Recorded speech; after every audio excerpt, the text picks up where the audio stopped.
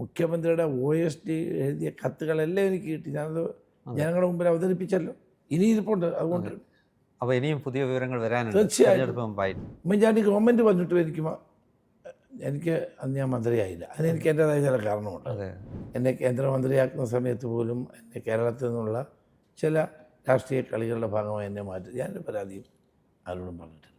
കേരളം ഉറ്റുനോക്കുന്ന ഒരു പൊതു തെരഞ്ഞെടുപ്പാണ് വരാനിരിക്കുന്നത്.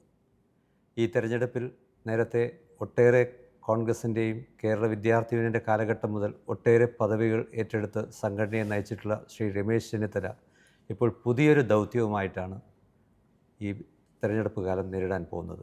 കോൺഗ്രസിൻ്റെ പ്രചാരണ സമിതി ചെയർമാൻ. UDFൻ്റെ ഈ തെരഞ്ഞെടുപ്പിൽ പ്രചാരണ സമിതിയുടെ അധ്യക്ഷൻ എന്ന നിലയ്ക്ക് എന്താണ് ഒരു പുതിയ പ്രചരണ രീതിക്ക് ഒരു പുതിയൊരു സ്ട്രാറ്റജി എന്താണ് ഉദ്ദേശിക്കുന്നത്?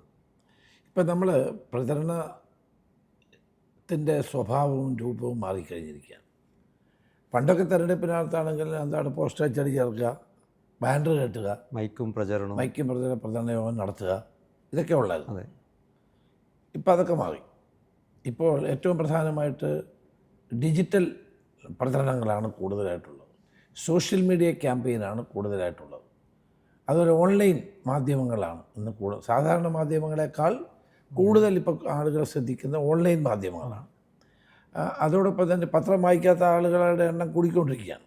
എല്ലാവരും ഓൺലൈനാണ്. അപ്പം മാത്രമല്ല ഇന്നിപ്പം പ്രചരണ രീതികൾ തന്നെ കംപ്ലീറ്റ് മാറിക്കഴിഞ്ഞിരിക്കുകയാണ്. അപ്പം ഇപ്പം ഡിജിറ്റൽ പ്ലാറ്റ്ഫോമുകളിലാണ് കൂടുതൽ പ്രചരണം നടക്കുന്നത്.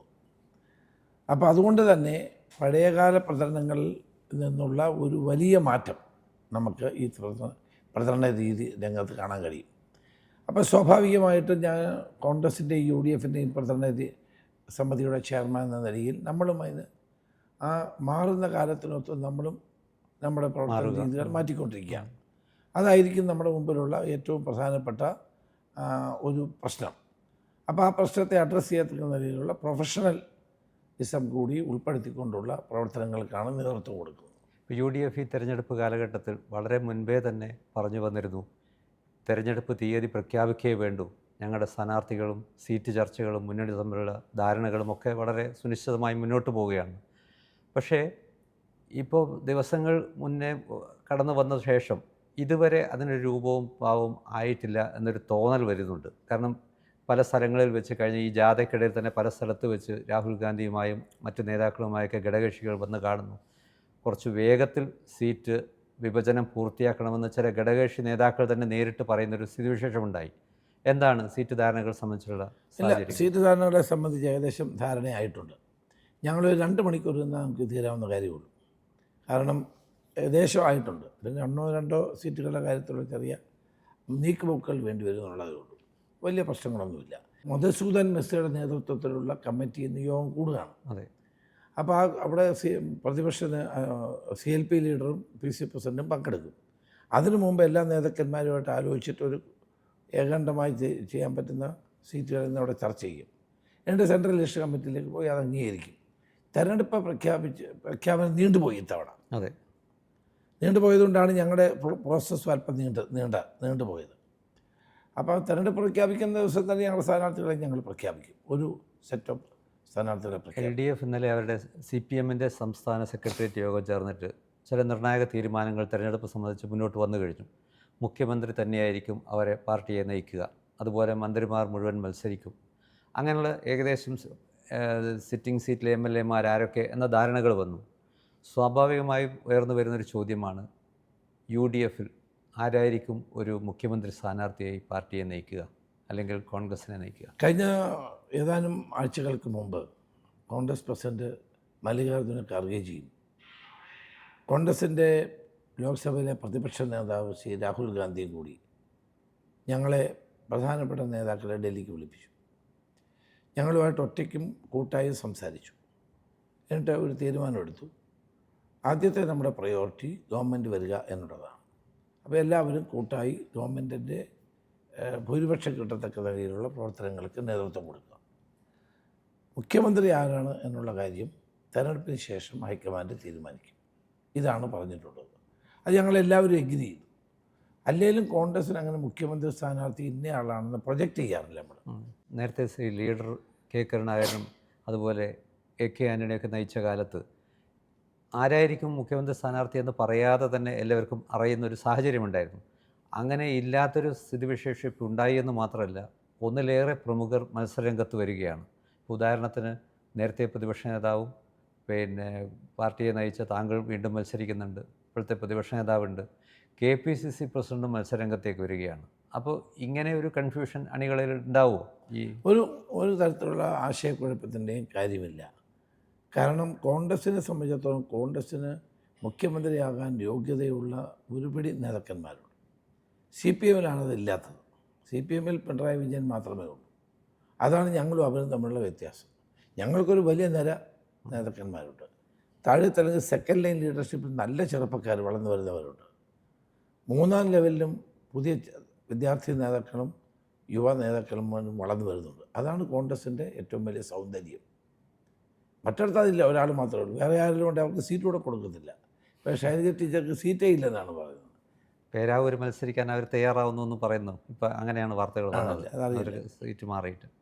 ഈ KPCC പ്രസിഡന്റ് ഇതുപോലൊരു തെരഞ്ഞെടുപ്പിൽ മത്സരിക്കുന്നത് മുൻപ് കോൺഗ്രസിൻ്റെ ഒരു കീഴ്വഴക്കത്തിൽ അങ്ങനെ കണ്ടുവന്നിട്ടുള്ളൊരു സാഹചര്യം ഉണ്ടായിരുന്നില്ല. അല്ല, ശരിയാണ്. ഞാൻ മത്സരിച്ചായിരുന്നു.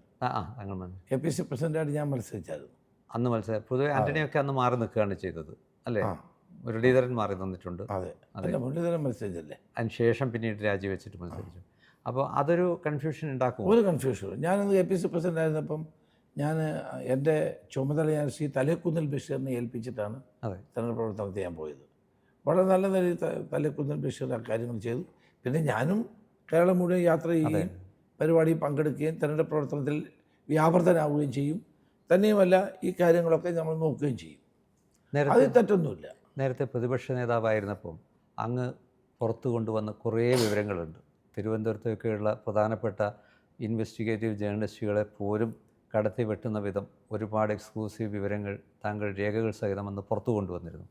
സ്പ്രിംഗ്ലർ ഇടപാടും മറ്റു കാര്യങ്ങളൊക്കെ. ഇപ്പോൾ അടുത്തിടെയായിട്ട് വീണ്ടും ഒരു നമ്മുടെ ഡേറ്റാ വിവാദം താങ്കളാണ് രേഖകൾ സഹിതം പുറത്തു കൊണ്ടുവന്നത്.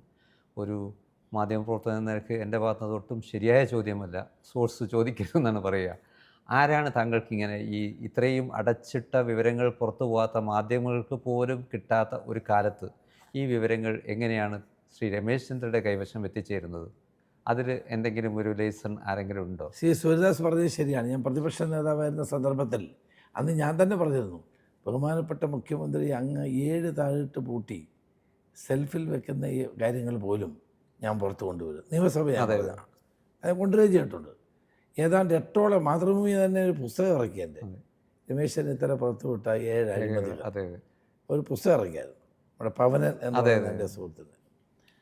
അപ്പോൾ അത് ഓരോ കാലഘട്ടങ്ങളിൽ നമ്മൾ ഭരണത്തിൽ നമ്മൾ ഭാഗമായിരുന്നല്ലോ നമ്മൾക്ക്. അപ്പോൾ അതുകൊണ്ട് നമുക്ക് അതിൻ്റേതായ സോഴ്സുകൾ ഉണ്ടാകും. കാരണം ഗവൺമെൻറ്റിനെ തുറന്നു കാട്ടുക, ഗവൺമെൻറ്റിൻ്റെ അഴിമതികൾ തുറന്ന് ജനങ്ങളിൽ എത്തിക്കുക, അതിന് വെറുതെ പറഞ്ഞിട്ട് കാര്യമില്ല. രേഖകളുടെ സഹിതം ഞാൻ ഒരു അഴിമതി ആരോപണവും ഞാൻ തെളിവുകളുടെ പിൻബലമില്ലാതെ ഉന്നയിച്ചിട്ടില്ല. അതുകൊണ്ടാണ് ഞാൻ ഉന്നയിച്ച എല്ലാ അഴിമതി ആരോപണങ്ങളിലും ആധാരമായ കാര്യങ്ങളിൽ നിന്ന് ഗവൺമെൻറ് U-turn അടിച്ചു. ഒന്നും വേണ്ടെന്ന്, എല്ലാം വേണ്ടെന്ന് വെച്ചു. നിങ്ങൾക്കറിയാമല്ലോ, ആദ്യത്തെ ആരോപണം EP ജയരാജനെതിരായിട്ട് ജയരാജൻ രാജിവെച്ചു. ഞാൻ പ്രതിപക്ഷ നേതാവായിരുന്നപ്പോൾ രണ്ട് മന്ത്രിമാർ രാജിവെച്ചു പോയി. അത് കഴിഞ്ഞ് സ്പ്രിംഗ്ലർ അഴിമതി കൊണ്ടുവന്നു, ബെപ്കോ അഴിമതി കൊണ്ടുവന്നു, ബ്രൂവറി ഡിസ്റ്ററി കൊണ്ടുവന്നു, പമ്പ മണൽക്കടത്തുമായി ബന്ധപ്പെട്ട്, അങ്ങനെ അതെല്ലാം രേഖകളുടെ അടിസ്ഥാനത്തിലാണ്. പക്ഷേ സൂര്യദാസൻ്റെ സുഹൃത്താണെങ്കിലും എനിക്ക് ആ സോഴ്സ് പറയാനുള്ള പ്രയാസമുണ്ട്. സോഴ്സ് പറഞ്ഞാൽ നമുക്ക് ഇനി കിട്ടുന്നത്. അതുപോലെ തന്നെ ഇപ്പം ഡേറ്റ വിവാദം, ശ്രീ സാംബശിവറാവു എന്ന് പറയുന്ന മുഖ്യമന്ത്രിയുടെ OSD എഴുതിയ കത്തുകളെല്ലാം എനിക്ക് കിട്ടി. ഞാനത് ജനങ്ങളുടെ മുമ്പിൽ അവതരിപ്പിച്ചല്ലോ. ഇനി ഇരിപ്പുണ്ട്. അതുകൊണ്ട് അപ്പോൾ ഇനിയും പുതിയ വിവരങ്ങൾ വരാനുണ്ട് തീർച്ചയായിട്ടും. അത് കാരണം വ്യക്തിഗതമായ വിവരങ്ങൾ ആ വ്യക്തിയുടെ കൺസെൻറ്റ് ഇല്ലാതെ ഒരിക്കലും പുറത്തു കൊടുക്കാൻ പാടില്ലാത്തതാണ്. അത് ഡേറ്റ വിവാദത്തിൻ്റെ തുടർച്ചയാണോ ഇനിയും വരാനുണ്ടെന്ന് പറഞ്ഞത്? അതെ, കാരണം അത് മൗലികമായ നമ്മുടെ മൗലികാവകാശങ്ങളുടെ ലംഘനമാണ്. 1. 2, പാർലമെൻറ്റ് 2023 പാസ്സാക്കിയ പേഴ്സണൽ ഡേറ്റ പ്രൊട്ടക്ഷൻ നിയമത്തിനെതിരാണ്. മാത്രമല്ല, justice Puttaswamy versus union government of India എന്ന കേസിൽ ഒരു വ്യക്തിയുടെ വിവരങ്ങൾ അയാളുടെ കൺസെൻറ്റ് ഇല്ലാതെ പുറത്തു വരാൻ പാടില്ല. ഇത് കേരളത്തിലെ സംസ്ഥാന സർക്കാർ ജീവനക്കാർ സ്പാർക്കിലാണ് അവരുടെ എല്ലാ വിവരങ്ങളും. ആ സ്പാർക്കിൽ ആർക്കും അക്സസിബിൾ അല്ല, ആർക്കും എടുക്കാൻ പറ്റില്ല. ആ വിവരങ്ങൾ അടിസ്ഥാനത്തിൽ അവർക്കെല്ലാം മുഖ്യമന്ത്രിയുടെ കത്ത് പോയി, മെസ്സേജ് പോയി. പിന്നെ ഇൻവെസ്റ്റ് ചെയ്യാൻ വേണ്ടി അപേക്ഷ കൊടുത്തവർ, മുഖ്യമന്ത്രി ദുരിതാശ്വാസ നിധിയിൽ അപേക്ഷ കൊടുത്തവർ, സ്ത്രീ സുരക്ഷയ്ക്ക് വേണ്ടിയിട്ടുള്ള ഒരു ആപ്പുണ്ട്, അതിനകത്ത് അപേക്ഷ കൊടുത്തവർ, ഇങ്ങനെ 1 കോടി ആളുകളുടെ പേരിൽ ഉള്ള ഫോൺ നമ്പറുകൾ വ്യക്തിഗത വിവരങ്ങൾ ചോർത്തിയെടുത്ത് ഗവൺമെൻറ് അവിടെയൊക്കെ തെരഞ്ഞെടുപ്പ് പ്രവർത്തനത്തിന് വേണ്ടി ദുരുപയോഗം ചെയ്തു. ആ സത്യമല്ലേ, എൻ്റെ എല്ലാ റെക്കോർഡും സഹിതമല്ലേ ഞാൻ പറഞ്ഞത്. അതൊന്നും ചെയ്യാൻ പാടില്ലാത്തതാണ്. അല്ല, ഇത്രയേറെ കഴിഞ്ഞ ആ 5 വർഷക്കാലം വളരെ കൃത്യമായി എല്ലാ വിഷയത്തിലും ഇടപെട്ട ഒരു കേരളത്തിലെ ഏറ്റവും മികച്ച പ്രതിപക്ഷ നേതാക്കളിൽ ഒരാൾ എന്നൊരു അംഗീകാരം അന്ന് താങ്കൾ നേടിയെടുത്തിരുന്നു. പക്ഷേ അത് കഴിഞ്ഞ ഇലക്ഷന് ശേഷം എല്ലാവരും താങ്കളോട് ഈ ചോദ്യം പലരും ചോദിച്ചു കാണും. വളരെ ഒരു അൺസെറിമോണിയസ് ആയിട്ട് താങ്കളെ ആ കഴിഞ്ഞ തവണ പ്രതിപക്ഷ നേതൃസ്ഥാനത്ത് നിന്ന് മാറ്റി നിർത്തുന്ന ഒരു സ്ഥിതിവിശേഷം ഉണ്ടായി. പക്ഷേ അന്നും ശ്രദ്ധിച്ച ഒരു കാര്യം, അത് പറയാതിരിക്കാൻ പറ്റില്ല, ശ്രീ രമേശ് ചെന്നിത്തല അന്ന് അത് വളരെ ഗ്രേസ്ഫുള്ളായിട്ട്, സാധാരണ ഇത്തരം സന്ദർഭങ്ങൾ വന്ന് ഇതിനേക്കാൾ വളരെ ചെറിയ പരിഭവങ്ങൾ പാർട്ടിയിൽ നിന്നൊക്കെ നേരിട്ടപ്പോൾ പലരും പൊട്ടിത്തെറിച്ച് പ്രതികരിച്ച ആളുകളുണ്ട്. പക്ഷെ താങ്കൾ വളരെ നിശബ്ദനായി അല്ലെങ്കിൽ സൗമ്യനായി അന്ന് ആ തീരുമാനത്തോടൊപ്പം നിന്നുപോയി. എങ്കിലും അത് വലിയ പ്രയാസം ഉണ്ടാക്കി കാണില്ലേ താങ്കൾ? എനിക്ക് പ്രയാസം ഉണ്ടാക്കിയത് ഒരു കാര്യത്തിലാണ്, മാറ്റിയതൊന്നുമല്ല. അത് എന്നോട് നേരത്തെ ഒന്ന് പറഞ്ഞിരുന്നെങ്കിൽ എനിക്കത് ഡിഗ്നിഫൈഡായിട്ട് തന്നെ എനിക്ക് ആ മാറ്റം ചെയ്യാമായിരുന്നു. അന്ന് C Oommen Chandy K C Venugopal സംഘടനാ ചുമതല അദ്ദേഹത്തോട് നേരിട്ട് ചോദിച്ചതാണ്, അദ്ദേഹം ഒന്നും പറഞ്ഞില്ല. പിന്നെ ഞങ്ങളല്ലാതെ ഡൽഹിയിൽ നേതൃത്വത്തിനോട് പലരോടും ചോദിച്ചതാണ്, എന്തെങ്കിലും മാറ്റമുണ്ടോ, ഉണ്ടെങ്കിൽ പറയാൻ. പക്ഷെ അവരാരും ഉണ്ട് എന്ന് പറഞ്ഞില്ല. കാരണം ഖാർഗേജി ആയിരുന്നു അന്ന് ഇവിടുത്തെ നിരീക്ഷകനായിരുന്നു.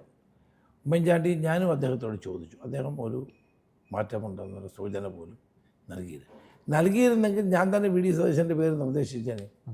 അതൊരു വിഷമം ഉണ്ടായിരുന്നുള്ളൂ. പക്ഷേ അങ്ങോട്ട് ചൂണ്ടിക്കാണിച്ച പോലെ എന്നെ ആ സ്ഥാനത്തു നിന്ന് മാറ്റിയിട്ട് പോലും ഒരു കരിയില വനങ്ങുന്ന ശബ്ദം കേരളത്തിൽ കണ്ടില്ല. അതാണ് രമേശ് ചെന്നിത്തല. എനിക്ക് എൻ്റെ പാർട്ടിയാണ് വലുത്. സ്ഥാനങ്ങൾ വരികയും പോവുകയൊക്കെ ചെയ്യും, പക്ഷേ പാർട്ടിക്ക് ദോഷമുണ്ടാകുന്ന ഒരു കാര്യവും ഞാൻ ചെയ്യില്ല. കാരണം ലീഡർ പാർട്ടി വിട്ടു പോയപ്പോഴാണ് ലീഡറെപ്പോൾ ഒരു മഹാനായ നേതാവ് കോൺഗ്രസ് പാർട്ടി വിട്ട് വേറൊരു പാർട്ടി രൂപീകരിച്ചപ്പോഴാണ് ഞാൻ വളരെ നല്ല കംഫർട്ടബിൾ പൊസിഷനിലിരിക്കുകയായിരുന്നു. ഞാൻ നോർത്ത് ഈസ്റ്റേൺ സ്റ്റേറ്റുകളിൽ ചുമതലയായിരുന്നു എനിക്ക്. 4 മുഖ്യമന്ത്രിമാർ, 4 ഭരണകൂടമുള്ള സ്ഥലത്ത് ചുമതലയായിരുന്നു. അവിടുന്നാണ് എന്നെ കെ പി സി പ്രസിഡൻ്റ് ആക്കുന്നത്. ആ കെ പി സി പ്രസിഡൻ്റ് ചുമതല 9 വർഷം എനിക്ക് ചെയ്യാവുന്ന മുഴുവൻ കാര്യങ്ങളും ഞാൻ ചെയ്തു. അപ്പോൾ പാർട്ടിയെ വളർത്തുക എന്നുള്ളതായിരുന്നു എൻ്റെ ചുമതല. ഞാൻ ആ കാര്യങ്ങൾ ഭംഗിയായി ചെയ്തു. പക്ഷേ ഇങ്ങനൊരു സംഭവം ഉണ്ടായപ്പോൾ എനിക്ക് വേദന ഉണ്ടായി എന്നുള്ളത് സത്യമാണ്. ഞാൻ മനുഷ്യരല്ലേ. പക്ഷേ ഒരക്ഷരം ഞാൻ പറയുകയില്ല. ഇപ്പോൾ താങ്കളുടെ ഒരു പ്രൊഫൈൽ നോക്കുന്നവർക്ക് കോൺഗ്രസിൻ്റെ ഒരു ദേശീയ നേതാക്കളുടെ ഒരു നിരയിലെ പല പ്രമുഖരുമായി എടുത്തു നോക്കിയാൽ NSUയുടെ പ്രസിഡൻറ്റ്, പിന്നീട് യൂത്ത് കോൺഗ്രസിൻ്റെ ദേശീയ പ്രസിഡൻറ്റ്, പാർട്ടിയുടെ ജനറൽ സെക്രട്ടറി, സ്റ്റേറ്റിൻ്റെ KPCC പ്രസിഡൻറ്റ്, ഈ നിലകളിൽ കടന്നു വന്നിട്ടുള്ള മറ്റ് പല നേതാക്കളും അവരൊക്കെ തന്നെ ഒന്നുകിൽ അവരുടെ സംസ്ഥാനത്തെ മുഖ്യമന്ത്രിമാർ അല്ലെങ്കിൽ കേന്ദ്രത്തിൽ ക്യാബിനറ്റ് റാങ്കിൽ വരെയുള്ള പദവികൾ ഏറ്റെടുത്ത് മാറിപ്പോയവരാണ്. ഞാൻ പ്രത്യേകിച്ച് ഓർമ്മപ്പെടുത്തുന്നത്, താങ്കൾക്ക് അങ്ങനത്തെ ഒരു 5-10 പേരുടെ താങ്കളുടെ സഹപാഠികളായ ആളുകളുടെ പേരുകൾ വേണമെങ്കിൽ പറയാൻ പറ്റും ക്യാബിനറ്റിലൊക്കെ വന്നത്. താങ്കളും അതേ സമയത്തൊക്കെ ഇടക്കാലത്ത് ഡൽഹിയിലുണ്ടായിരുന്നു, പാർലമെൻറ്റ് അംഗമൊക്കെ ആയിട്ട്. അന്നും കോൺഗ്രസ് വേണ്ടത്ര ഒരു ശുഷ്കാന്തി കാണിച്ചില്ല എന്നൊരു തോന്നലുണ്ടായിട്ടുണ്ടോ എപ്പോഴെങ്കിലും താങ്കളുടെ ജൂനിയറായ ആളുകളൊക്കെ ക്യാബിനറ്റിൽ വന്നപ്പോൾ? ഞാൻ അന്ന് രാജീവ് ഗാന്ധി മരിച്ച് അത് കഴിഞ്ഞിട്ട് നരസിംഹറാവു ഗവൺമെൻറ് വന്നപ്പം എന്നെ കേന്ദ്രമന്ത്രിയാക്കും എന്നുള്ള ധാരണയായിരുന്നു. അപ്പം youth Congress all India president. അപ്പോൾ എല്ലാവരും അങ്ങനെ പറഞ്ഞ് എനിക്കും അതിൻ്റെ ഒരു ഹിൻഡ് കിട്ടുകയും ചെയ്തു. പക്ഷെ കേരളത്തിൽ നിന്നുള്ള ചില സമ്മർദ്ദങ്ങൾ കാരണം എന്നെ അന്ന് മാറ്റി. ഞാൻ അന്നും ഒരു പരാതി പറഞ്ഞില്ല. അന്ന് മാറ്റിയിട്ട് കൃഷ്ണകുമാറിനെയാണ് മന്ത്രിയാക്കിയത്. അതിന് എനിക്ക് പകരമാണെന്ന് മമതാ ബാനർജി, എൻ്റെ സ്റ്റേറ്റ് പ്രസിഡൻ്റായിരുന്നു മമതാ ബാനർജി, സ്പോർട്സ് ആൻഡ് യൂത്തിൻ്റെ മന്ത്രിയാക്കിയത്. അപ്പോഴും ഞാനൊരു പരാതി ആരോടും പറഞ്ഞിട്ടില്ല. കേരളത്തിൽ അന്ന് 3-4 പേര് മന്ത്രിയായി. അതിനകത്തൊന്നും എൻ്റെ പേര് പിന്നെ വന്നില്ല. കെ.വി. തോമസ് വന്നു, മുല്ലപ്പള്ളി രാമചന്ദ്രൻ വന്നു, പി.ജെ. കുര്യൻ. അതെ. പക്ഷേ എന്നെ അന്നാക്കിയില്ല. എനിക്കത് വിഷമമുണ്ടായിരുന്നു. പക്ഷേ ഞാൻ ആരോടും പറഞ്ഞു. അത് കഴിഞ്ഞിട്ട് വീണ്ടും എനിക്ക് അവസരങ്ങൾ ധാരാളം ഉണ്ടായിരുന്നു. എന്നോട് സോണിയാഗാന്ധി നേരിട്ട് പറഞ്ഞതാണ് പാർലമെൻറ്റ് മത്സരിക്കാൻ. പക്ഷേ ഞാൻ മത്സരിച്ചില്ല. ഉമ്മൻചാണ്ടിയും പറഞ്ഞു മത്സരിക്കാൻ. കാരണം എൻ്റെ ലക്ഷ്യം ആ കാലഘട്ടത്തിൽ കോൺഗ്രസ്സിന് ഏറ്റവും കൂടുതൽ സീറ്റ് വാങ്ങിച്ച് പാർലമെൻറ്റിൽ വൻ വിജയം നേടണമെന്നായിരുന്നു. അതുകൊണ്ട് ഞാൻ മുൻകൈ എടുത്ത്, എനിക്കതൊരു പാർലമെൻ്ററി പൊസിഷനും ഇല്ലാത്ത സ്ഥലമാണ്. മുൻകൈ എടുത്ത് 16 സീറ്റാണ് നമ്മൾ ജയിച്ചു. 2006 തെരഞ്ഞെടുപ്പിൽ. ആ തെരഞ്ഞെടുപ്പിൽ 16 സീറ്റോളം ജയിച്ചു. എനിക്ക് അന്നും ഇവിടുന്ന് ധാരാളം മന്ത്രിമാരുണ്ട്. എനിക്ക് അങ്ങനെ പോകണമായിരുന്നെങ്കിൽ അതാവാണ്. പക്ഷെ എന്നെ ഏൽപ്പിച്ചത് കേരളത്തിലെ കോൺഗ്രസിനെ തിരികെ കൊണ്ടുവരാനാണ്. ഉമ്മൻചാണ്ടി ഗവൺമെൻറ് വരുന്നത് വരെ കഠിനാധ്വാനം ചെയ്യും. ഞാൻ മാത്രമല്ല, ഉമ്മൻചാണ്ടിയും ഞാനും അതിനുവേണ്ടി ഒത്തിരി കഠിനാധ്വാനം ചെയ്തിരുന്നു. ഉമ്മൻചാണ്ടി ഗവൺമെൻറ് വന്നിട്ടും എനിക്ക് അന്ന് ഞാൻ മന്ത്രിയായില്ല. അതിനെനിക്ക് എൻ്റേതായ ചില കാരണമുണ്ട്. അത് താങ്കൾ വേണ്ട എന്ന് പറഞ്ഞു. ഞാൻ ഇല്ലയെന്ന് ഞാൻ പറഞ്ഞു. അതിനെനിക്ക് കാരണമുണ്ട്. അത് ഞാൻ പിന്നീട് ഏതെങ്കിലും ഒരു അവസരത്തിൽ സൂര്യദാസുമായിട്ട് പിന്നീട് പറയും. ഇപ്പം അത് പറയാം. പക്ഷെ പിന്നീട് ആ മന്ത്രിസഭയിൽ വരികയും ചെയ്തു. അത് പിന്നീട് 2.5 വർഷം കഴിഞ്ഞാൽ വന്നു. ഉമ്മൻചാണ്ടി എപ്പോഴും എന്നോട് മന്ത്രിസഭയിൽ ചേരാൻ പറയുമായിരുന്നു. പക്ഷെ ഞാൻ ചേർന്നില്ലായിരുന്നു. അതിന് എൻ്റേതായ കാരണമുണ്ട്. അതിപ്പോൾ പറയുന്നത് ശരിയാണ്. കാരണം ഇലക്ഷൻ വരുന്ന സമയം. അപ്പം അങ്ങനെ സ്ഥാനമാനങ്ങളുടെ പിന്നാലെ കൂടി നടക്കും. അന്ന് എനിക്ക് മന്ത്രിയാവാമല്ലോ. 5 വർഷം വേണേൽ മന്ത്രിയാവില്ല. ഞാൻ അങ്ങനെ ഒന്നുമില്ല. എന്നോട് ഉപമുഖ്യമന്ത്രി സ്ഥാനം ഏറ്റെടുക്കാൻ ഉമ്മൻചാണ്ടി ഒരു ഘട്ടം പറഞ്ഞു. എനിക്ക് വേണ്ടാന്ന് പറഞ്ഞു, സ്ഥാനം വേണ്ടാന്ന്. അപ്പം സ്ഥാനമാനങ്ങളുടെ പിന്നാലെ ഒന്ന് ഓടി നടക്കുന്ന സ്വഭാവം എനിക്കില്ല. എന്നെ കേന്ദ്രമന്ത്രിയാക്കുന്ന സമയത്ത് പോലും എന്നെ കേരളത്തിൽ നിന്നുള്ള ചില രാഷ്ട്രീയ കളികളുടെ ഭാഗമായി എന്നെ മാറ്റി. ഞാനൊരു പരാതിയും ആരോടും പറഞ്ഞിട്ടില്ല. അല്ല, അതിൽ കണ്ട ഒരു രസകരമായ സംഭവം, താങ്കളോടൊപ്പം നിന്ന് ഞാൻ കേരളത്തിലെ ഒരാളെയല്ല ഉദ്ദേശിക്കുന്നത്, കേന്ദ്ര തലത്തിൽ ക്യാബിനറ്റിലൊക്കെ വന്ന യൂത്ത് കോൺഗ്രസിൻ്റെയും NSൻ്റെ ഒക്കെ അഖിലേന്ത്യാ പ്രസിഡൻ്റായിരുന്നവരൊക്കെ ക്യാബിനറ്റിൽ വന്നവർ. പക്ഷേ അവരൊന്നും ഇന്ന് കോൺഗ്രസിൻ്റെ ഒരു പ്രതിസന്ധി ഘട്ടത്തിൽ കൂടെ കോൺഗ്രസിന് വേണ്ടി സംസാരിക്കാൻ ഡൽഹിയിൽ പോലും ഇല്ല. സത്യം. അതേസമയം താങ്കൾ വളരെ ശക്തമാനും പ്രബലനുമായി ഇന്നും കോൺഗ്രസിൽ കേരളത്തിൽ നേതൃത്വം കൊടുക്കുന്നു. അപ്പോൾ അന്നൊക്കെ എടുത്ത നിലപാടുകൾ നേതൃത്വത്തിന് എവിടെയോ ഒരു വീഴ്ച പറ്റിയിട്ടുണ്ടോ? ആ പിക്ക് ആൻഡ് ചൂസ് ചെയ്തതിൽ നേതൃത്വത്തിന് വീഴ്ച പറ്റിയെന്നും പറയാൻ ഞാൻ ആളല്ല. പക്ഷേ ശരിയാണ്, ഞാൻ കൊണ്ടുവന്ന ആളുകൾ തന്നെ. ഇപ്പം മമതാ ബാനർജി എൻ്റെ സ്റ്റേറ്റ് പ്രസിഡൻ്റായിരുന്നു, മുഖ്യമന്ത്രി 3 തവണ മുഖ്യമന്ത്രി. അശോക് ചവാൻ, അദ്ദേഹത്തെ ഞാനാണ് വൈസ് പ്രസിഡൻ്റാക്കുന്നത് മഹാരാഷ്ട്ര സ്റ്റേറ്റ്, അദ്ദേഹം മുഖ്യമന്ത്രി. കിരൺ കുമാർ റെഡ്ഡി എൻ്റെ കൈകൊണ്ട് ഞാൻ സെക്രട്ടറി ആക്കിയത് ആന്ധ്രാപ്രദേശിൽ, അത് മുഖ്യമന്ത്രിയായി. ഭൂപേഷ് ബഘേൽ, അർജുൻ സിംഗ് എതിരായിരുന്നു അദ്ദേഹം ജില്ലാ പ്രസിഡൻ്റാക്കാൻ. അന്ന് യുണൈറ്റഡ് മധ്യപ്രദേശായിരുന്നു. പക്ഷെ ഞാൻ അദ്ദേഹം ഒരു പിന്നോക്കക്കാരനായതുകൊണ്ട് തന്നെ അദ്ദേഹത്തെ സജസ്റ്റ് ചെയ്ത് രാജീവ് ഗാന്ധിയുടെ അനുവാദം വാങ്ങിച്ചാൽ അദ്ദേഹത്തെ ജില്ലാ പ്രസിഡൻ്റാക്കി. അതുപോലെ തന്നെ DK ശിവകുമാർ, ഞാൻ എൻ്റെ കൈ കൊണ്ടാണ് അദ്ദേഹത്തെ NSUയുടെ സ്റ്റേറ്റ് വൈസ് സെക്രട്ടറി ആക്കുന്നത്. പക്ഷെ അവർക്കൊക്കെ എന്നോട് ഇപ്പോഴും വലിയ സ്നേഹമുണ്ട്. അത് പിന്നെ ഇന്ത്യയിലൊട്ടാകെ ധാരാളം ആളുകൾ, MLA മാർ, MP മാർ, മന്ത്രിമാർ ഒക്കെ നമ്മുടെ സഹപ്രവർത്തകരായും നമ്മുടെ കാലഘട്ടങ്ങളിൽ യൂത്ത് കോൺഗ്രസിലും NSUവിലൊക്കെ പ്രവർത്തിച്ച ആളുകളാണ്. അവർക്കൊക്കെ ഇപ്പോഴും എന്നോട് വലിയ സ്നേഹമാണ്. അതൊക്കെ കാണുമ്പോൾ നമുക്ക് സന്തോഷമാണ്. നമ്മൾ വളർത്തിക്കൊണ്ടുവന്ന ആളുകൾ ഓരോ രംഗത്തും വളർന്നു വരുമ്പോൾ നമുക്ക് സന്തോഷമല്ലേ. ഇപ്പോൾ KC വേണുഗോപാലാണെങ്കിലും VD സതീശനാണെങ്കിലും കാർത്തികനും ഞങ്ങൾ ഒരുമിച്ചും ഞാൻ ഒറ്റയ്ക്ക് ഒത്തിരി സഹായങ്ങൾ ഇവരെ വളർത്തിയെടുക്കുന്ന കാര്യം. പക്ഷെ അവരൊക്കെ വളർന്നു നിൽക്കുമ്പോൾ നമുക്ക് സന്തോഷമുള്ളൂ. കാരണം എന്താ, നമ്മൾ കൊണ്ട് സഹായിച്ച അല്ലെങ്കിൽ നമ്മൾ കണ്ടെത്തിയ ആളുകൾ വലിയ തോതിൽ വളർന്നു വരുമ്പം എനിക്കതിലൊക്കെ അസൂയല്ല, സന്തോഷമുള്ളൂ, സംശയമൊന്നുമില്ല. ഇപ്പം കഴിഞ്ഞ 5 വർഷക്കാലം പ്രധാനമായി UDF ഉന്നയിച്ച ആരോപണം ഈ ഗവൺമെൻറ്റിനെതിരെ ഏത് വിഷയങ്ങളെടുത്ത് നോക്കിയാലും അഴിമതിയും പ്രത്യേകിച്ച് ധൂർത്ത്, വലിയൊരു ധാരാളിത്തം എല്ലാ മേഖലയിലും അനാവശ്യമായ ധൂർത്ത് കാണിക്കുന്നത്. കേരളത്തിൻ്റെ സാമ്പത്തിക പ്രതിസന്ധി പോലും കണക്കിലെടുക്കാതെ എല്ലാ മേഖലകളും ചിലവ് കൂടി വരുന്നതാണ്. ഇപ്പം കഴിഞ്ഞ സർക്കാരിൻ്റെ കാലത്ത് കൊണ്ടുവന്നാണ് ഈ ലോക കേരള സഭ പോലുള്ള കുറേ പുതിയ ഏർപ്പാടുകൾ. അപ്പോൾ അതിലൊന്നും വേണ്ട രീതിയിലൊന്ന് UDF ഗവൺമെൻറ് പ്രതിപക്ഷവും സഹകരിച്ചിട്ടില്ല. പുതിയ സർക്കാർ വന്നാൽ ഇത്തരം വിഷയങ്ങളിൽ ഒരു പുനർചിന്തനം ഉണ്ടാകുമോ? ഇതൊക്കെ കേരളത്തിന് ഏതെങ്കിലും രീതിയിൽ ഗുണകരമായി എന്ന് തോന്നുന്നുണ്ടോ? ഈ ലോക കേരള സഭ പോലെയൊക്കെയുള്ള ലോക കേരള സഭയിൽ ആദ്യത്തെ ഞാൻ പങ്കെടുത്ത പ്രതിപക്ഷ നേതാവ്. എന്നെ വൈസ് ചെയർമാനാക്കി. ഞങ്ങൾ പങ്കെടുത്തു, സഹകരിച്ചു. പക്ഷേ അടുത്ത രണ്ടാം ലോക കേരള സഭ ഉണ്ടായപ്പോൾ ഒന്നാം കേരള സഭയിൽ പാസ്സാക്കിയ പ്രമേയങ്ങളും തീരുമാനങ്ങളും ഒന്നും നടപ്പാക്കിയില്ല. അപ്പോൾ ഇതൊരു അനാവശ്യമായ ധൂർത്താണെന്ന് ഞങ്ങൾക്ക് തോന്നിയുകൊണ്ടാണ് പിന്നെ പങ്കെടുക്കാതിരുന്നത്. അത് സത്യമാണ്. പക്ഷേ പ്രവാസികളുമായി ബന്ധം മെച്ചപ്പെടുത്തുകയും അവർക്കുള്ള കാര്യങ്ങൾ ചെയ്തു കൊടുക്കുകയും ചെയ്യാൻ UDF ഗവൺമെൻറ്റാണ് ആദ്യമായി നോർക്ക കൊണ്ടുവന്നത്. അതേപോലെയുള്ള പദ്ധതികളുമായി നമ്മൾ മുന്നോട്ട് പോകും. അതുപോലെ തന്നെ നമ്മൾ ഇപ്പോൾ ധൂർത്തിൻ്റെ കാര്യം പറഞ്ഞു. ഇന്ന് കേരളത്തിൽ ഏറ്റവും കൂടുതൽ ധൂർത്ത് നടക്കുന്നൊരു കാലമാണ്. മുഖ്യമന്ത്രിയുടെ ചിത്രത്തോടു കൂടി കേരളത്തിൽ ഇപ്പം വലിയ തോതിലുള്ള ഹോർഡിങ്സുകൾ, വലിയ പരസ്യങ്ങൾ ഇന്ന് കേരളം മുഴുവൻ വെച്ചുകൊണ്ടിരിക്കുകയാണ്.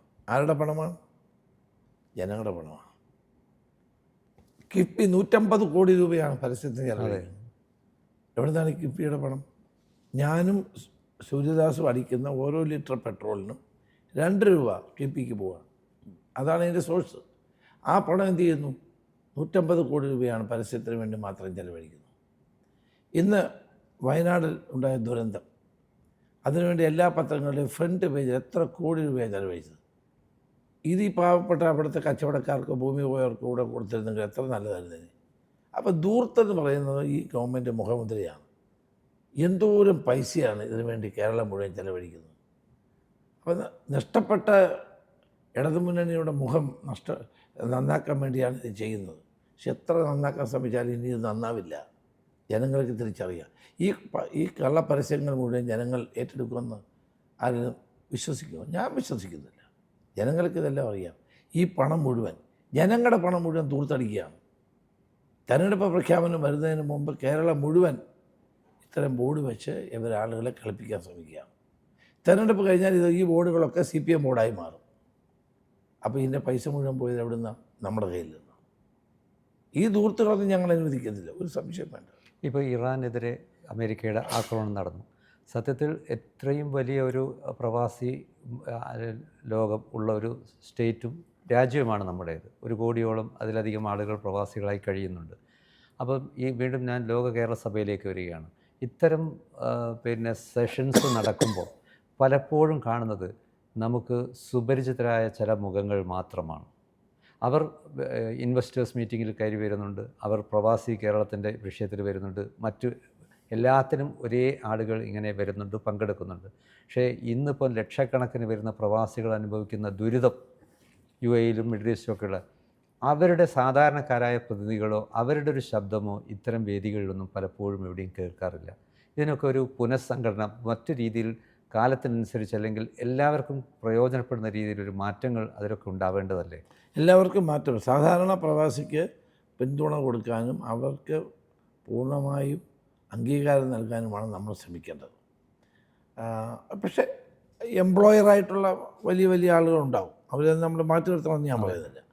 പക്ഷേ ലേബർ ക്യാമ്പിൽ കഴിയുന്ന പാവപ്പെട്ടവൻ്റെ പ്രശ്നം കൂടി ഇവിടെ ഉന്നയിക്കപ്പെടണം, അവൻ്റെ കാര്യം കൂടി ഇവിടെ ചർച്ച ചെയ്യപ്പെടണം. മുഖ്യമന്ത്രി പോയി പ്രസംഗിച്ച, ഇപ്പോൾ ബഹറിൽ പോയി അദ്ദേഹം പ്രസംഗിച്ച ഒരു കോളേജ് സ്ഥാപിക്കുന്നു കേരള ഗവൺമെൻറ്. നടക്കാത്ത കാര്യമാണ് പ്രഖ്യാപിച്ചത്. അദ്ദേഹം അങ്ങനെ പ്രഖ്യാപിക്കാൻ പാടില്ല. ഇതുപോലെ ധാരാളം കാര്യങ്ങൾ പ്രഖ്യാപിച്ചു, ഒന്നും നടന്നില്ല. മുഖ്യമന്ത്രി വിദേശ പര്യടനത്തിന് പോയിട്ട് വന്ന് ധാരാളം കാര്യങ്ങൾ പ്രഖ്യാപിച്ചു. ഉദാഹരണം, റൂം ഫോർ റിവർ നെതർലൻഡ് സന്ദർശിച്ചിട്ട് നടപ്പായില്ല. ജർമ്മനിയിൽ ധാരാളം നഴ്സുമാരെ വിടുമെന്ന് പറഞ്ഞു, ഒന്നും നടന്നില്ല. പ്രഖ്യാപനങ്ങൾ മാത്രമല്ല, ഇതൊന്നും നടക്കുന്നില്ല. അപ്പോൾ അതുകൊണ്ട് സാധാരണക്കാരും പാവപ്പെട്ടവരുമായ പ്രവാസിയുടെ ശബ്ദം ഈ ലോക കേരള സഭ ഉൾപ്പെടെയുള്ള ഫോറങ്ങളിൽ ഉയർന്നില്ല, കേൾക്കുന്നില്ല എന്നുള്ളത് സത്യമാണ്. മുഖ്യമന്ത്രി മോഹൻലാലും തമ്മിൽ ഈയിടെ നടന്ന ഒരു സംഭാഷണം എല്ലാ ടെലിവിഷൻ ചാനലുകളിലും സോഷ്യൽ മീഡിയ വഴിയൊക്കെ ഇപ്പോൾ പ്രചരിക്കുന്നുണ്ട്. താങ്കളത് കണ്ടിരുന്നു? എന്താണ് ഒരു അഭിപ്രായം അതേക്കുറിച്ചുള്ളത്? ഇതെല്ലാം മുഖ്യമന്ത്രിയുടെ മുഖം നന്നാക്കാനുള്ള PR വേലയുടെ ഭാഗത്താണ്. അദ്ദേഹം വെള്ളം കുടിക്കുമ്പോൾ ആ കപ്പിനകത്ത് തന്നെ PR ഏജൻസി പറഞ്ഞ കപ്പിലാണ് വെള്ളം കുടിക്കുന്നത്. ഇതൊക്കെ ഒരു സർക്കാരിൻ്റെ പണം മുടക്കിയിട്ടുള്ള PR വേലകളാണ്. ഇതൊക്കെ ജനങ്ങൾക്ക് ബോധ്യപ്പെടുന്ന കാര്യങ്ങളാണ്.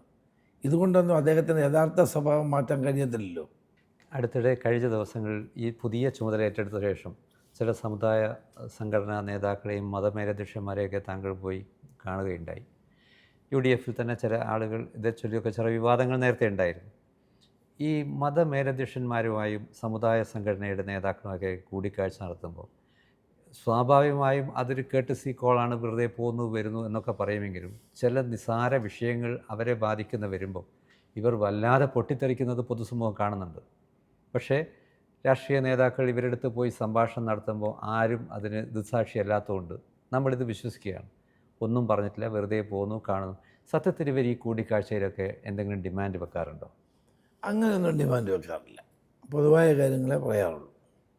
പിന്നെ കോൺഗ്രസ് എന്ന് പറയുന്നത് പാർട്ടി എല്ലാവരെയും ഉൾക്കൊള്ളുന്ന പാർട്ടിയാണ്. എല്ലാ പ്രസ്ഥാനങ്ങളെയും, എല്ലാ സമുദായ സംഘടനകളെയും, നേതാക്കളെയും, വ്യക്തികളെയും ഒക്കെ ഉൾക്കൊള്ളുന്ന പാർട്ടി. പണ്ട് കമ്മ്യൂണിസ്റ്റ് പാർട്ടി ഇതൊന്നും ചെയ്യില്ല. ഇപ്പോൾ അവർ നമ്മളെയൊക്കെ കൂടുതൽ ചെയ്തുകൊണ്ടിരിക്കുന്നത്. മതമേലധ്യക്ഷന്മാരുമായിട്ട് ഉള്ള ബന്ധം കൂടുതലുള്ളത് അവർക്കാണ്. ഞാൻ കഴിഞ്ഞ ദിവസം കോട്ടയത്ത് പോയപ്പം കാതോലിക്ക ബാബയെ കുറേ കാലമായി ഞാൻ പോയിട്ട് ഒന്ന് കാണാൻ പോയി. ഞാൻ പണ്ട് കോട്ടയത്ത് MP ആയിരിക്കുമ്പോൾ നിരന്തരമായി പോകുന്ന സ്ഥലമായിരുന്നു. അത് കഴിഞ്ഞ് വന്നപ്പോഴാണ് അന്നത്തിൻ്റെ ചരമദിനമായിരുന്നു. ഞാൻ കോളേജിൽ ചങ്ങനാശ്ശേരി NSS കോളേജിലാണ് പഠിച്ചത്. അപ്പോൾ അന്ന് മുതൽ ഞാൻ അവിടെ പോകാറുണ്ട്. അപ്പോൾ അവിടെയും പോയി. അവിടെയൊക്കെ പോകുന്ന ഒരു കട്സി വിസിറ്റ്. പിന്നെ സ്വാഭാവികമായിട്ട് തെരഞ്ഞെടുപ്പ് വരാൻ പോകുന്നു. അവരുമായിട്ടൊക്കെ നല്ല ബന്ധം ഉണ്ടാക്കി കോൺഗ്രസ്സിന് ഗുണകരമായ നിലയിൽ അവരുടെയൊക്കെ പിന്തുണ നേടുക എന്നുള്ളതും സ്വാഭാവികമല്ലേ? അല്ല, ഇവരൊക്കെ എപ്പോഴെങ്കിലും പറയാറുണ്ടോ അവർക്ക് ഇഷ്ടപ്പെട്ട സമുദായ താല്പര്യമുള്ള കോൺഗ്രസിൻ്റെ അല്ലെങ്കിൽ UDFൻ്റെ ഇന്നയാളെ നിങ്ങൾ പരിഗണിച്ചാൽ നന്ന്, അത്തരം ചില അഭിപ്രായങ്ങൾ മുന്നോട്ട് വെക്കാറുണ്ടോ? ഇത്തവണ ആരും അത് പറഞ്ഞിട്ടില്ല. ചില സന്ദർഭത്തിൽ ചിലർ പറയുന്നുണ്ടാവും, പക്ഷേ ഇത്തവണ ആരും എന്നോട് അങ്ങനെ പറഞ്ഞു. ഈ ശശി തരൂരിനെ പെട്ടെന്ന് ഈ എന്തോ ഒരു മാജിക്കൽ എഫക്റ്റ് പോലെ ഇതുവരെ അദ്ദേഹം പല രീതിയിൽ അഭിപ്രായം പറഞ്ഞ് കോൺഗ്രസ്സിന് തന്നെ അദ്ദേഹത്തെ നിയന്ത്രിക്കാൻ കഴിയാത്ത രീതിയിൽ പോയെടുത്തുനിന്ന് വളരെ പെട്ടെന്ന് അദ്ദേഹം പാർട്ടിയുടെ ഒരു ലൈനിലേക്ക് ഫോളോ ചെയ്തുകൊണ്ട് ഇപ്പോൾ ഒരു അച്ചടക്കമുള്ള കോൺഗ്രസ് നേതാവായി പ്രവർത്തിക്കുന്നുണ്ട്. എന്താണ് എവിടെ വെച്ചാണ് ഈ ധാരണ രൂപപ്പെട്ടത്? ആരാണ് ഇതിനൊരു മധ്യസ്ഥം വഹിച്ചത്? വാസ്തവത്തിൽ ശശി തരൂർ പാർട്ടിക്ക് ഒരു അസറ്റാണ്. ഞാൻ KPC പ്രസിഡൻ്റ് ആയിരിക്കുമ്പോൾ ഞാനാണ് അദ്ദേഹത്തോട് പറയുന്നത്, നിങ്ങൾ കോൺഗ്രസ്സിൽ ചേരണം, നിങ്ങൾ നല്ല ഫ്യൂച്ചറുണ്ട്, അത് നിങ്ങൾ നല്ല ലോക പൗരനാണ്, UN-ൻ്റെ അണ്ടർ സെക്രട്ടറി ആയിരുന്ന ആളാണ്. അപ്പം അങ്ങയുടെ സേവനം കോൺഗ്രസ് പ്രയോജനപ്പെടുത്തുകയും കോൺഗ്രസ്സിന് അങ്ങയുടെ കഴിവുകളെ പ്രയോജനപ്പെടുത്തുകയും ചെയ്യുന്നത് നല്ലതായിരിക്കും. ഞാൻ ആദ്യം പാലക്കാട് സജസ്റ്റ് ചെയ്തു, പക്ഷേ അദ്ദേഹം തിരുവനന്തപുരം മതി എന്ന് പറഞ്ഞ് ഞങ്ങൾ തിരുവനന്തപുരം കൊടുത്തു. സോണിയാഗാന്ധിയും മൻമോഹൻ സിംഗും രാഹുൽ ഗാന്ധിയും അക്കാര്യത്തിൽ വലിയ താല്പര്യം എടുത്തിരുന്നു. അദ്ദേഹത്തിന് ചില പ്രയാസങ്ങളുണ്ടായി, അദ്ദേഹം പലപ്പോഴും അതൊക്കെ പുറത്ത് വരികയും ചെയ്തു. പക്ഷേ രാഹുൽ ഗാന്ധിയും ഖർഗേജിയും കൂടി അദ്ദേഹത്തോട് 1-2 മണിക്കൂർ സംസാരിച്ചു, എല്ലാ കാര്യങ്ങളും തുറന്നു പറഞ്ഞു. അതിനുശേഷം അദ്ദേഹം സ്ഥാനങ്ങൾക്ക് വേണ്ടി ആയിരുന്നില്ല, അദ്ദേഹം പലപ്പോഴും അദ്ദേഹത്തിൻ്റെ അഭിപ്രായങ്ങൾ പാർട്ടി പരിഗണിക്കുന്നില്ല എന്നുള്ളതാണ്. അത് മാറി ഇപ്പം നല്ല അന്തരീക്ഷത്തിൽ പോകുന്നുണ്ട്, നല്ലതാണ്. ശശി തരൂരിനെ പോലെ 4 തവണ കോൺഗ്രസിൻ്റെ MPയും കേന്ദ്രമന്ത്രിയും ആയ ആളാണ്. അദ്ദേഹത്തെ പാർട്ടി ചേർത്ത് നിർത്തുകയാണ് നല്ലത്. ഞങ്ങളൊക്കെ എന്നും അഭിപ്രായക്കാരാണ്. UDFന് ഇത്തവണ എത്ര സീറ്റാണ് ശ്രീ രമേശ് ചെന്നിത്തല പ്രതീക്ഷിക്കുന്നത്? ഞങ്ങളുടെ ലക്ഷ്യം 100ആണ്, 100 സീറ്റ് നേടുക എന്നുള്ളതാണ്. അതിനനുസരിച്ചുള്ള പ്രവർത്തനത്തിലാണ് ഞങ്ങൾ നേതൃത്വം കൊടുക്കുന്നത്. പിന്നെ ബാക്കി ജനങ്ങളാണ് തീരുമാനിക്കുന്നത്. ഇത്തവണ കഴിഞ്ഞ തവണ ഈ പറഞ്ഞ പോലെ ഒരു അൺസെറിമോണിയസായി നീക്കിയെന്ന് നമ്മൾ പറഞ്ഞല്ലോ. പാർട്ടിക്കും മുന്നണിക്കും ഭൂരിപക്ഷം കിട്ടിയാൽ താങ്കൾ മുന്നണിയെ നയിക്കാൻ കേരളത്തിൻ്റെ ഒരു മുഖ്യമന്ത്രിയായി ജനങ്ങൾക്ക് പ്രതീക്ഷിക്കാൻ പറ്റുമോ? അതിനുള്ളൊരു അവസരം വരില്ലേ? സൂര്യദാസ്, ഞാൻ നേരത്തെ തന്നെ പറഞ്ഞു, ഈ കാര്യങ്ങൾ തീരുമാനിക്കുന്ന പാർട്ടി ഹൈക്കമാൻഡാണ്. എനിക്കിപ്പോൾ ഇന്ന സ്ഥാനം കിട്ടിയാലേ ഞാൻ പ്രവർത്തിക്കുന്നു എന്നൊരിക്കലും പറയാത്ത ആളാണ്. സ്ഥാനമില്ലെങ്കിലും ഉണ്ടെങ്കിലും ഞാൻ പാർട്ടിക്ക് വേണ്ടി പ്രവർത്തിക്കും എല്ലായിടത്തും. എനിക്ക് ഏറ്റവും വലിയ സന്തോഷം കിട്ടുന്നത് നാട്ടിലെ ജനങ്ങളുമായിട്ടുള്ള ബന്ധം, പാർട്ടി പ്രവർത്തകരുമായിട്ടുള്ള ബന്ധമാണ്. എവിടെ പോയാലും എന്നോട് സ്നേഹം ആളുകൾക്ക്, എൻ്റെ പാർട്ടി പ്രവർത്തകർക്കും ജനങ്ങൾക്കും എവിടെ പ്രസംഗിച്ചാലും ജനങ്ങൾ കൂടും, നല്ല ആൾക്കൂട്ടം ഉണ്ടാകും. എല്ലായിടത്തും ചെല്ലുമ്പോൾ എനിക്ക് നല്ല സ്വീകരണം ലഭിക്കും. അതാണ് എൻ്റെ ഏറ്റവും വലിയ സന്തോഷം. സ്ഥാനങ്ങൾ വരും പോവുകയൊക്കെ ചെയ്യും, വന്നാലും വന്നില്ലെങ്കിലും ഞാൻ എന്നൊരു പാർട്ടിക്ക് വിധേയനായി പ്രവർത്തിക്കുന്ന ആളായിരിക്കും. മുഖ്യമന്ത്രിയുമായി പലപ്പോഴും നിയമസഭാ പ്രൊസീഡിങ്സും അല്ലാതെ പുറത്തുമൊക്കെയുള്ള ചില പരിപാടികളൊക്കെ കാണുമ്പോഴുള്ള സൗഹൃദങ്ങൾ കാണുമ്പോൾ ഇപ്പോഴത്തെ പ്രതിപക്ഷ നേതാവിനേക്കാളും മുഖ്യമന്ത്രിക്ക് കുറച്ചുകൂടി ഒരു സ്വീകാര്യൻ അല്ലെങ്കിൽ ഒരു വേവ് ലെങ്ത് കൂടുതലുള്ളത് ശ്രീ രമേശ് ചെന്നിത്തലയുമായിട്ടാണ്, പഴയ പ്രതിപക്ഷ നേതാവായിട്ടാണ് തോന്നിയാറുണ്ട് പലപ്പോഴും. അങ്ങനെയും ചിലർ പറയുന്ന കാണാം. ഇല്ല, അങ്ങനെയൊന്നുമില്ല, എല്ലാവരോടും ഒരുപോലൊക്കെ ഉള്ളൂ. കൂടുതൽ സൗഹൃദം. സൗഹൃദം മീൻസ് ആ, ഞാൻ ഞാനെല്ലാവരും നിങ്ങൾക്കറിയാമല്ലോ, ഞാനെല്ലാവരോടും വളരെ നല്ല നിലയിലേ പ്രവർത്തിക്കാറുള്ളൂ. അതിപ്പോൾ രാഷ്ട്രീയ എതിരാളികളാണെങ്കിൽ ഞാൻ നല്ല രീതിയിലേ ഞാൻ എല്ലാവരോടും ഇടപെടാറുള്ളൂ. അങ്ങനെ സതീശനുമായിട്ടും അദ്ദേഹം അങ്ങനെ തന്നെയാണ് ഇടപെടാറുള്ളത്. ഞങ്ങളുടെ പ്രതിപക്ഷത്താണെങ്കിൽ പോലും നമ്മൾ മുഖ്യമന്ത്രിയോടും മന്ത്രിമാരോടും എപ്പോഴും വഴക്കിട്ടുകൊണ്ടിരിക്കണമെന്നില്ലല്ലോ. സൗഹൃദം കൂടെ ആകാമല്ലോ. വ്യക്തിപരമായ എതിർപ്പൊന്നും അല്ലല്ലോ ഇത്. നടപടികളിലും പ്രവർത്തനങ്ങളിലും ഭരണരീതികളോടുള്ള എതിർപ്പല്ലേ ഉള്ളത്. മുസ്ലിം ലീഗിൻ്റെ ഭാഗത്തുനിന്ന് ഇത്തവണ എന്തെങ്കിലും സീറ്റുകൾക്ക് വേണ്ടിയോ അല്ലെങ്കിൽ കൂടുതൽ സീറ്റ് വേണമെന്നോ അങ്ങനെ എന്തെങ്കിലും ഒരു പിടിവാശി? ഒരു പിടിവാശി അവർ കാണിച്ചിട്ടില്ല. അവർക്കുണ്ടായിരുന്ന 27 സീറ്റ് അത് ഇതിനകത്ത് ഒന്നുപോലും കൂടുതൽ വേണമെന്ന് പറഞ്ഞിട്ടില്ല. നല്ല നിലയിലാണ് പോകുന്നത്. ആക്ച്വലി മുസ്ലിം ലീഗ് നമ്മുടെ മുന്നണിക്ക് ഒരു നല്ല അസറ്റാണ്. അവർ കേരളത്തിനൊരു അസറ്റാണ്. കേരളത്തിൽ മതസൗഹാർദ്ദം നിലനിർത്താൻ ലീഗ് എടുക്കുന്ന മുൻകൈ നേരിട്ട് അനുഭവമുള്ള ഒരാളാണ് ഞാൻ. അവരൊരിക്കലും മറ്റ് സമുദായങ്ങൾക്കെതിരായിട്ടോ മറ്റ് അവരുടെ വികാരങ്ങൾക്കെതിരായിട്ടോ ഒന്നും അവരൊരിക്കലും നിൽക്കില്ല. കേരളത്തിൽ മതസൗഹാർദ്ദം നിലനിർത്തുന്ന കാര്യത്തിൽ, മതേതരത്വം നിലനിർത്തുന്ന കാര്യത്തിൽ ലീഗിന് വലിയൊരു പങ്കുണ്ട്. RSPയിൽ കഴിഞ്ഞ ദിവസം കണ്ടൊരു വാർത്ത, അത് എത്രമാത്രം ശരി, പ്രേമചന്ദ്രൻ്റെ മകൻ മത്സരിക്കണോ വേണ്ടയോ എന്നൊക്കെ പറഞ്ഞിട്ട് അവർക്കകത്തൊരു തർക്കം. അതിൽ കോൺഗ്രസ് ആണ് നിർബന്ധം പിടിക്കുന്നത് പ്രേമചന്ദ്രൻ്റെ മകൻ മത്സരിക്കണം എന്നതാണ് RSPക്കകത്തൊരു വിഷയമെന്നാണ് കേട്ടത്. അതിലെന്തെങ്കിലും വാസ്തവമുണ്ട്? ഒരു വാസ്തവമില്ല. ഞങ്ങൾക്ക് ഓരോ പാർട്ടിക്കും സീറ്റ് കൊടുക്കാനേ പറ്റുള്ളൂ. ആര് സ്ഥാനാർത്ഥിയാണെന്ന് തീരുമാനിക്കേണ്ടത് RSP ആണ്. അത് ഞങ്ങൾക്ക് ഒരു റോളുമില്ല. ഓരോ പാർട്ടിയിലും ആര് സ്ഥാനാർത്ഥിയാണെന്ന് ഞങ്ങളല്ലോ തീരുമാനിക്കുന്നത്. അത് അതാത് പാർട്ടികളാണ്. അവരാരെ തീരുമാനിച്ചാലും ഞങ്ങൾ ഉൾക്കൊള്ളും. ഞങ്ങളങ്ങനെ ഒരു പാർട്ടിയുടെ ആഭ്യന്തര കാര്യങ്ങളിൽ ഇടപെടാറില്ല. CPMനെ ഇത്തവണ നേരിടുമ്പം ഈ ഇലക്ഷനിൽ കേവലം ഒരു ഭരണവിരുദ്ധത പറയുമ്പോഴും അപ്പുറത്ത് അവർ പറയുന്ന കാര്യങ്ങൾ, ഒരു ഭാഗത്ത് നേരത്തെ നിയമസഭയിൽ വന്ന ചർച്ചകളൊക്കെ നമുക്കറിയാം, 6000 കോടി കടം ആക്കി വെച്ചു, അങ്ങനെയുള്ള പ്രശ്നങ്ങൾ പറയുമ്പോഴും ഏറ്റവും ഒടുവിൽ ക്ഷേമ പദ്ധതികൾ വരെ കൊടുക്കാനുള്ളത് മുഴുവൻ കൊടുത്തു കഴിഞ്ഞു. ജീവനക്കാർക്ക് കുടിശ്ശികയായിരുന്ന DA കൊടുത്തു. അതുപോലെ ക്ഷേമ പദ്ധതികളും പെൻഷനുകളും കൊടുക്കാനുള്ള പൈസ മുഴുവൻ കൂട്ടി പ്രഖ്യാപിച്ചു.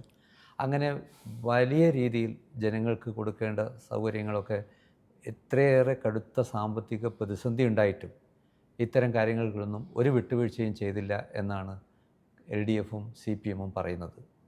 ആ ഒരു അഭിപ്രായത്തോട് താങ്കൾ എന്താണ് കാണുന്നത്? EMS മുതൽ ഉമ്മൻചാണ്ടി വരെയുള്ള ഗവൺമെൻറ്റുകൾ കേരളത്തിൽ ഉണ്ടാക്കി വെച്ച പൊതുക്കടം 1.5 ലക്ഷം കോടിയാണ്. ഈ 10 വർഷം കൊണ്ട് പിണറായി വിജയൻ 6.5 ലക്ഷം കോടിയായിട്ട് വർദ്ധിപ്പിച്ചു. അപ്പോൾ കേരളത്തിലെ ജനങ്ങളെ കടക്കണിയിലാക്കിയൊരു ഗവൺമെൻറ്റാണ്.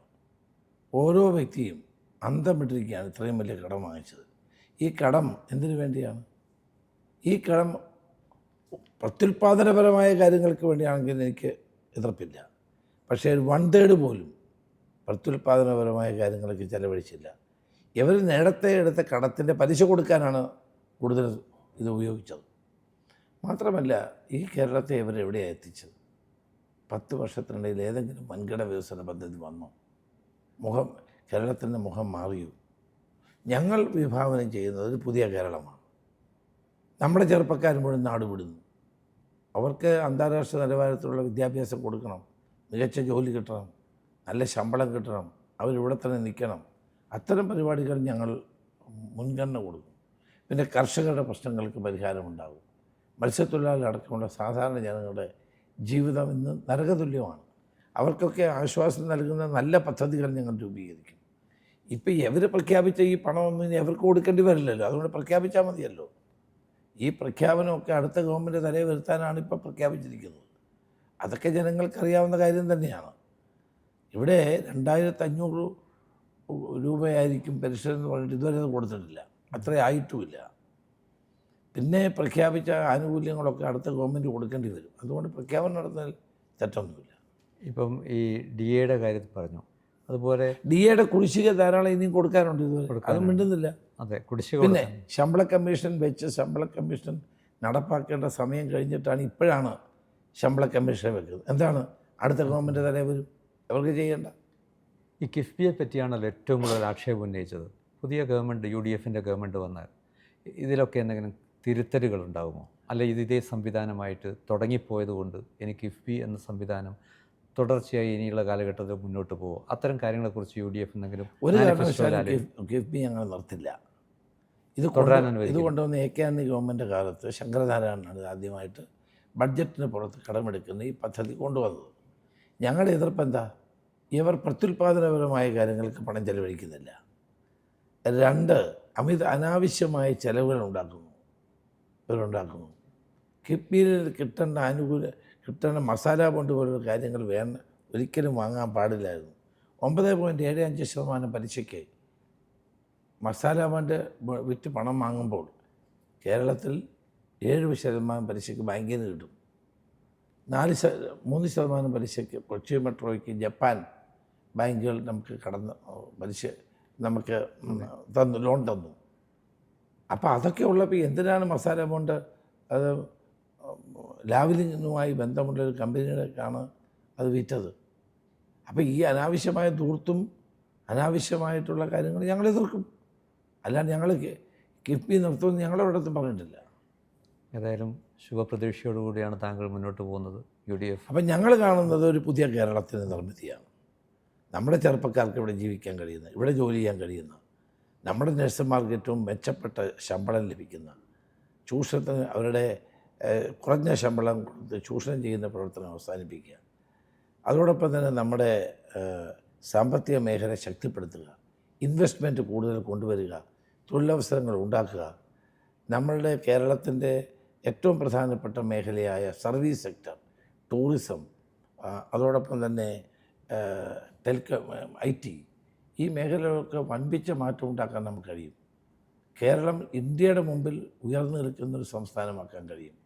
ആരോഗ്യരംഗത്തും വിദ്യാഭ്യാസ രംഗത്തും നമ്മൾ നേടിയ പുരോഗതി ഇപ്പം മങ്ങിക്കൊണ്ടിരിക്കുകയാണ്. കേരള മോഡൽ എന്ന് പറയുന്നതിൻ്റെ നിറം മങ്ങി. എന്താണ്? വൈസ് ചാൻസലർമാരില്ലാത്ത യൂണിവേഴ്സിറ്റികൾ, പ്രിൻസിപ്പൽമാരില്ലാത്ത കോളേജുകൾ, 53 ഗവൺമെൻറ് കോളേജിൽ പ്രിൻസിപ്പൽമാരില്ല, 14 സ്ഥലത്ത് VCമാരില്ല. ഇതൊക്കെ കൊണ്ട് ഉന്നത വിദ്യാഭ്യാസ രംഗം തകർന്നു. അപ്പോൾ ഇതിനെയൊക്കെ പുനരുദ്ധരിക്കുക എന്ന ഭാരിച്ച ഉത്തരവാദിത്വമായിരിക്കും അടുത്ത UDF ഗവൺമെൻറ്റിന്. ഞങ്ങളത് നിറവേറ്റും എന്നാണ് എനിക്ക് പറയാം. ഇപ്പോൾ കഴിഞ്ഞ ദിവസം കണ്ണൂർ നടന്നൊരു സമരം ആരോഗ്യമന്ത്രിയായി ബന്ധപ്പെട്ട വിഷയത്താണ്. ഈ സമര രീതികൾ ഇപ്പോൾ താങ്കൾ കുറേ വിദ്യാർത്ഥി യുവജന നേതൃത്വത്തിലൂടെ കടന്നു വന്ന ആളുകൾ ഇത്തരം സമരങ്ങളൊക്കെ എല്ലാ കാലത്തും കേരളത്തിലെ എല്ലാ പാർട്ടികളും നടത്തിയിട്ടുണ്ട്. പക്ഷേ ഏതെങ്കിലും ഒരു പോയിൻ്റ് ഈ രീതിയിലുള്ള സമരങ്ങൾക്കൊക്കെ ഒരു മാറ്റം, രൂപഭാവം മാറേണ്ടതുണ്ട്, പുതിയ കാലഘട്ടത്തിനനുസരിച്ച് മാറേണ്ടതെന്ന് തോന്നിയിട്ടുണ്ടോ? തീർച്ചയായിട്ടും. അതുകൊണ്ടാണല്ലോ ഞങ്ങൾ 5 വർഷം ഒരു ഹർത്താൽ പോലും നടത്തിയില്ല. ഹർത്താൽ വേണ്ട എന്ന് ഞങ്ങൾ ഒരുമിച്ചിരുന്ന് തീരുമാനിച്ചതാണ്. ഞാൻ ആഭ്യന്തരമന്ത്രിയായിരുന്നപ്പോൾ ഹർത്താലിനെതിരായി ബില്ല് കൊണ്ടുവന്നു. പക്ഷേ UDFൻ്റെ ആ കാലഘട്ടത്തിൽ ഹർത്താൽ ചേർന്ന് നടത്തേണ്ടി വന്നിട്ടുണ്ട്. 7 ദിവസത്തെ നോട്ടീസ് കൊടുത്തിട്ടാണെന്നൊക്കെയാണ് ബില്ല് പറയുന്നത്. ബില്ല് പിന്നെ പാസ്സാക്കാൻ കഴിഞ്ഞില്ല. ഈ 5 വർഷം ഒരു ഹർത്താലും ഇല്ലായിരുന്നു. കാരണം അതിൻ്റെ ആവശ്യമില്ല. അല്ലാതെ തന്നെ നമുക്ക് സമരങ്ങൾ ചെയ്യാം, ജനങ്ങളെ ബോധവൽക്കരിക്കാം. അല്ല, ഇന്നലത്തെ ആ സംഭവം കരിങ്കൊടി കാണിച്ച രീതി വരികയാണ്. കരിങ്കൊടി പ്രകടനം എല്ലായിടത്തും നടക്കാറുണ്ട്. പക്ഷേ വീണ ജോർജിനെ ആരും അടുത്തോട്ട് പോലും പോയില്ല. 35 പോലീസുകാരോടുണ്ടായിരുന്നല്ലോ. അവർ CCTV ദൃശ്യങ്ങളുണ്ടല്ലോ. വീണ ജോർജിൻ്റെ അടുക്കലേക്ക് ആരും പോയില്ല. ഇതെല്ലാം കഴിഞ്ഞിട്ട് വീണ ജോർജ് ചിരിച്ചുകൊണ്ട് നടന്നു പോകുമായിരുന്നു. 3ാമത്തെ പ്ലാറ്റ്ഫോമിൽ ചെന്നപ്പോഴാണ് സ്പീക്കർ പറയുമ്പോഴാണ് മന്ത്രിക്ക് മർദ്ദനമേറ്റത്. ആര് മർദ്ദിച്ചു മന്ത്രിയെ? 5 KS പ്രവർത്തകർ അവരടുത്തോട്ട് പോലും പോയില്ല. ആക്ച്വലി അവർക്ക് ഈ പിടരയ്ക്ക് അസുഖം ഉണ്ടായിരുന്നപ്പോൾ എന്തോ നേരത്തെ ഒരു വണ്ടി ആക്സിഡൻ്റ് ഉണ്ടായതാണ്. അവിടെ അന്ന് കോളർ ഇട്ടിരുന്നു. അപ്പോൾ സത്യത്തിൽ ആ പോലീസുകാർ, വനിതാ പോലീസുകാരാണ് മന്ത്രി ചാടി പിള്ളേരുടെ മുമ്പിലോട്ട് വരികയായിരുന്നു. അവർ മന്ത്രിയെ പോലീസുകാർ തടഞ്ഞു. അല്ലാണ്ട് ഈ സമരക്കാർ ഒരു ഘട്ടത്തിലും മന്ത്രിയുടെ അടുത്ത് പോലും വന്നിട്ടില്ല. നിങ്ങൾക്കറിയാമല്ലോ, ഉമ്മൻചാണ്ടിൻ്റെ മേത്ത് കല്ലെറിഞ്ഞ് പരിക്ക് പറ്റിച്ച് ആശുപത്രിയിലായല്ലോ. അന്ന് എന്നോട് ഉമ്മൻചാണ്ടി വിളിച്ച് പറഞ്ഞു, ഞാൻ KPC പ്രസിഡൻ്റാണ്, ഒരു സമരവും പാടില്ല, ഒരു പ്രതിഷേധവും പാടില്ല, ജനങ്ങളിത് കാണട്ടെന്നാണ്. ICU കിടക്കേണ്ട 4-5 ദിവസം ICU കിടന്നു, സ്കാൻ ചെയ്തു എന്നൊക്കെ പറഞ്ഞു. അവരെ ദേഹത്ത് KSU പ്രവർത്തകർ എത്തിയോ ഇല്ലയോ എന്നുള്ളൊരു ചിത്രങ്ങളൊന്നും പുറത്തു വന്നില്ല, ശരിയാണ്, അങ്ങനെ കാണാനുമില്ല. പക്ഷേ എൻ്റെ ചോദ്യം അതല്ല. ഒരു വനിതാ മന്ത്രി റെയിൽവേ സ്റ്റേഷനിൽ വണ്ടി കയറാൻ പോകുമ്പോൾ ഇങ്ങനെ അപ്രതീക്ഷിതമായി സമരത്തിൻ്റെ ഒരു രീതി ഉണ്ടല്ലോ, ഇത് പെട്ടെന്ന് ചാടി വീണ് അഥവാ അവരുടെ ദേഹത്ത് പോലീസുകാർക്ക് പിടിച്ചിട്ട് ഈ കുട്ടികളെ നിയന്ത്രിക്കാൻ പെട്ടെന്ന് പറ്റണമെന്നില്ല. ചിലപ്പോൾ അങ്ങനെയാണ് ഈ സമര രീതികളൊക്കെ. അതൊക്കെ ഒഴിവാക്കാവുന്നതാണ്, എൻ്റെ ഒന്നും ആവശ്യമില്ല. പ്രതിഷേധിക്കാൻ എന്തെല്ലാം മാർഗങ്ങളുണ്ട്. നിങ്ങൾക്കറിയാമല്ലോ, അന്ന് മുഖ്യമന്ത്രിയുടെ നവകേരള യാത്ര നടന്നപ്പോൾ ഞങ്ങൾ പ്രതിഷേധിച്ച കുട്ടികളെ മുഴുവൻ ചെടിച്ചട്ടി കൊണ്ട് തലയടിച്ച് പൊട്ടിച്ചു. എന്നിട്ട് മുഖ്യമന്ത്രി എന്താ പറഞ്ഞത്? ജീവൻ രക്ഷാ പ്രവർത്തനമാണെന്ന്. അങ്ങനെയൊന്നും അത്തരം നടപടികളൊന്നും ജനങ്ങൾ അംഗീകരിക്കുന്ന കാര്യങ്ങളല്ല. ഞങ്ങൾ അനാവശ്യ സമരങ്ങൾക്കെതിരാണ്, വിധ്വംസക പ്രവർത്തനങ്ങൾക്കെതിരാണ്. അതോടൊപ്പം തന്നെ അക്രമങ്ങൾ നടത്തുന്നതോട് നമുക്ക് യോജിപ്പില്ല.